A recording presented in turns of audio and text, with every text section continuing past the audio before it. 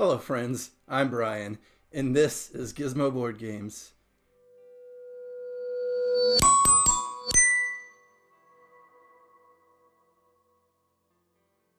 And today marks my 6-month anniversary of forming this channel, and I can't believe it. I posted one video a week at a minimum for 6 straight months. I've gotten, as of right now, 27 subscribers, and slowly climbing. That's fine. I'm not trying to get a whole bunch of subscribers, but every time I get one, it makes me happy, and I'm glad you're here. And if you're not a subscriber, now's your chance. Click the button below. Looking forward to keep this going as long as I'm still having fun doing it. And it is a little bit of work, but it's a lot of fun, and I really enjoy kind of putting myself out there, my thoughts. It's gotten me playing more games than I probably would have if I hadn't started the channel, because I feel like I owe it to the people who come watch my channel for me to broaden my horizons and play more games and become a more well-rounded gamer, hobbyist, what have you. I've expanded my collection. It's just been a real blast coming here and putting out video content and seeing people actually enjoy it, give me likes, give me some follows, subscribing and coming back week after week. So I really appreciate you all being here for the last 6 months, and as the journey continues.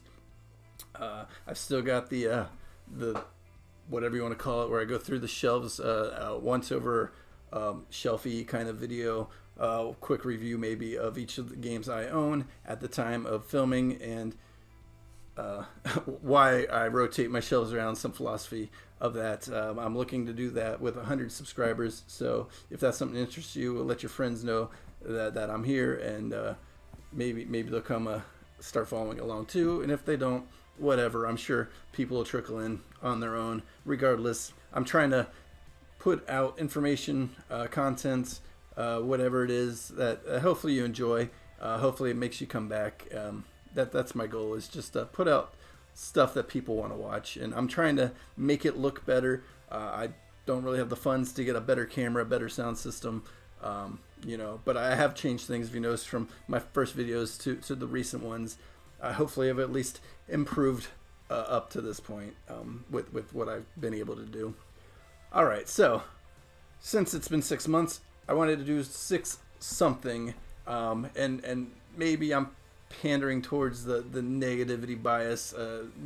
It seems like most people's best videos are when they talk negative.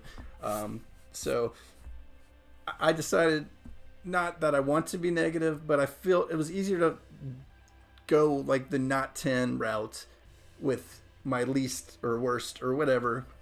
And you've probably read the thumbnail below, or whatever it's called, the title. Check the thumbnail, whatever, and it might have piqued your interest to come check that out. But these are going to be the 6 worst games in my collection. I still own them, so they're not bad games per se, but for me, they're the games I'm least proud of owning and I'm least likely to play. So if you want to think of this kind of as a call list too, if you're interested in one of these games, send me an email or a comment below, and maybe we can work out something in that regard. So maybe this could be kind of a mini call list. But these are the 6 games that I play the least or like the least or whatever that I own in my collection. And this is not counting my kids' games. It does count a couple family games because those are for everyone. But I'm not counting, I didn't even look at anything that's on my kids' games shelves. And the games that they play are more tailored towards the younger audience, and I just don't really play them anyway. I ignore those, and some of those are good games too, but for the most part they're games that just generally don't interest me. They're for my kids to play. So there's that. That's my intro. That's what's going on. Let's go ahead and look at game number 6. I'm pseudo structuring these from like the game most likely to be played, liked, kept, whatever you want to call it, to the one that I don't know why I still own, and we'll talk about that when we get here. So my number 6 is a game I kickstarted a while ago because it really interested me. It's Beer Empire. Sorry for the glare here. This is one of the first games I kickstarted. I like drinking beer, and not to get drunk, but because I genuinely like beer flavors, trying the varieties, beer connoisseur, if you will. I do my own home brewing, not as much as I would like to, excuse my phone, but I do home brew from time to time. I enjoy making beer, I enjoy drinking beer, and so this game caught my eye when I was first getting into the hobby as something worth kickstarting, and I played it once or twice, and I don't know, it's your goal is to make beers and then either submit them for awards or recognition in the beer fairs, beer festivals, whatever you want to call it, or to sell them into the market and kind of drive the market. So it's got a little bit of marketing, it's got a little bit of resource generation and turning things into beer. But for whatever reason, it just never was something I wanted to go back to. I think maybe it plays longer than I would have liked, or maybe I just haven't had the right crowd or in the right frame of mind. So I definitely want to give it another try. It's been a long time since I've even thought about playing it. It's been on my shelf just collecting dust. That's why it's number 6. It's something that I just never really felt like pulling off the shelf and play around all my other games. But it's something that probably is due at least one more chance before I get rid of it. But that said, it's my number 6 worst game I own. All right, number 5. I'm going to go with World Shapers. I've done a review of this one, and it's not that World Shapers is a bad game, and it's another board and dice, so now I feel bad for board and dice. I should find some of the games I do like and include them. And I will do 10 of best games I own at some point too, I'm sure. So whatever, maybe something will show up there. That said, yeah, it's 2 board and dices, and it's no fault of the games. They're both okay. Like I said, Beer Empire is definitely due another playthrough. World Shapers is fine for what it is. The problem with it, and if you look at my review, it takes too long to score. Like, it plays quick, it plays fun for the most part. You've got to pay attention to what's going on in your tableau and how it's going to score. And then card drafting, I enjoy. The scoring is so much for, like, you play the game in 10 minutes and then you score it for 10 more minutes, 15 more minutes. It's kind of ridiculous. I do like small box, good travel game. I like the mechanisms in it. I just don't like the effort that goes into finishing the game. So that's why it's my number 5. It's not that it's a bad game. It plays quick. It just takes a long time to score, which means I'm less likely to pull it out over something else I can play just as quick and is easier to finish up. All right, so number 4. Now we're getting into the family games, and really the only reason they're going away, hopefully, is we've just outgrown them. So the first one, Stone Age Junior. A little fun memory game for ages 4 or 5 plus. My kids really enjoyed playing this when we first got it, but now they're 9 and 13. We've just outgrown this one. So yeah, it's a good game for the most part. I'm not a huge fan of how it plays, so we did tweak it a little bit. So it's not just a straight memory game where me and my oldest daughter were beating up on my youngest.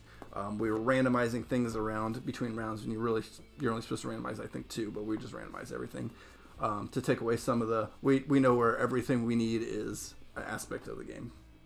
But outside of that, it's a good introduction to gaming, worker placement, generating resources, and buying things. It plays a very easy version of a very popular and well-established Stone Age game.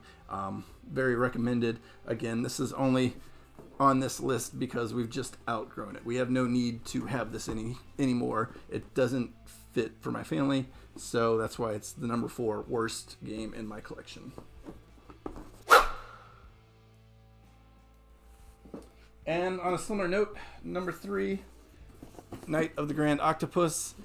This one's slightly different. It plays a little older, so we might not necessarily outgrown this one, but I've never enjoyed this from day one. It's just not the play style I really like. It almost too predictable or too luck driven, whatever you want to call it. You're spinning the dials, you're putting the people out, and then you're trying to gather tokens from various spaces. and you're limited on where you can move based on how they're connected.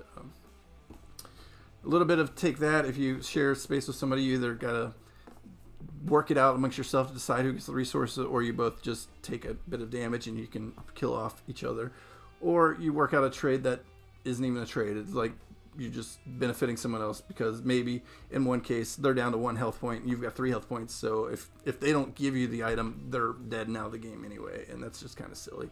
So, yep, Night of the Grand Octopus, kind of outgrew it, but also kind of never really cared for it in the first place. All right, number 2. This one's probably kind of a cop-out. It's Monopoly. I've got a bunch of versions of this. I think each one of us have at least one version based on our interests. So mine is the Simpsons version of Monopoly. But in general, Monopoly is just, the game that everybody kind of beats up. But I don't think it's a bad game per se. It's just a game nobody plays, and it's kind of a roll and move and play the market. Everybody plays it wrong. Everybody's got their own house rules. I think I played it correctly once, and it was an okay game, and it was worth playing, and it was quick.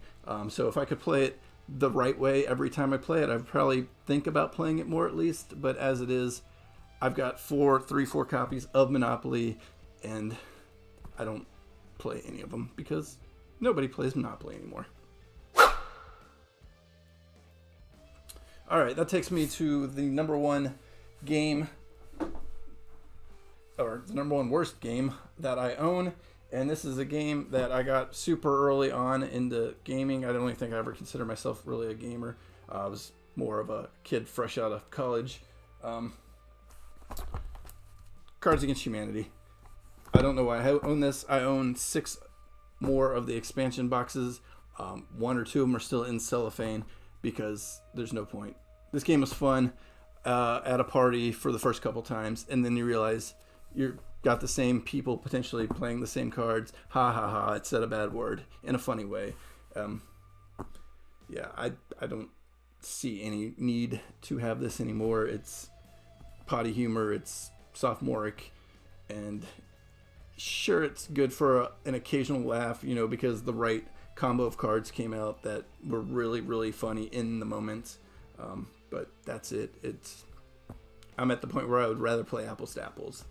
And when I got this game, it was to have a game like Apples to Apples that was good for me.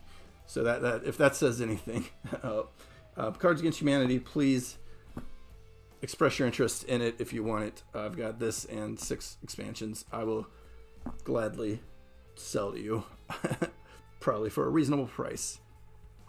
All right, anyway, that's it. That's my 6-month countdown of 6 games that are the worst games in my collection. I really only consider this one something that I don't want in my collection. I don't know why I still have it, other than there's nowhere to get rid of it too. And, Monopoly, whatever. The rest of these, again, these 2 we've just kind of outgrown. So if you're interested and you got a small family, they're not bad to introduce your kids to the hobby. And the other 2, unfortunately, they were both board and dice. I didn't notice that till I pulled them out now, but they're okay games. They're just not games I can really get into for what they offer. So that's that. Again, thank you for joining me for the past however long you've joined since February 28th, whether you're one of the first ones or you just joined last week, or you just gave me the old subscription right now, hitting the button below because this is your first time visiting. Check out my other videos. Give me a thumbs up for 6 months, or just because you like this and all my other content. Comment below on anything that you would like to comment below. Nobody ever comments on my videos, so it'd be different for me to come in and see comments on my videos. All right, anyway, I've got many plans coming up in the future. Some changes to how I've structured things, because again, I mentioned in a previous video I laid out kind of my thoughts for the channel, and those things have changed. So I'm still kind of winging it, but the one thing that hasn't changed is every Sunday at noon Central European time, I release another video, and I plan on continuing to do that for the foreseeable future with plenty of ideas in mind and plenty of game reviews.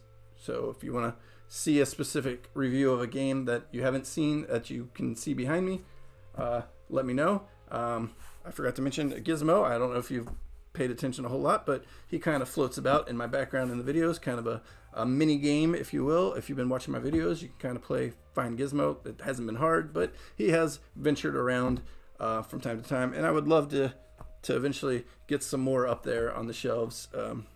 But this is the Gizmo I have right now, other than, you know, some clothing wear and whatnot. And the movies, of course, because the Gremlin movies are great. I recommend them too, and I'm rambling so much. I will see you next time. Thanks again.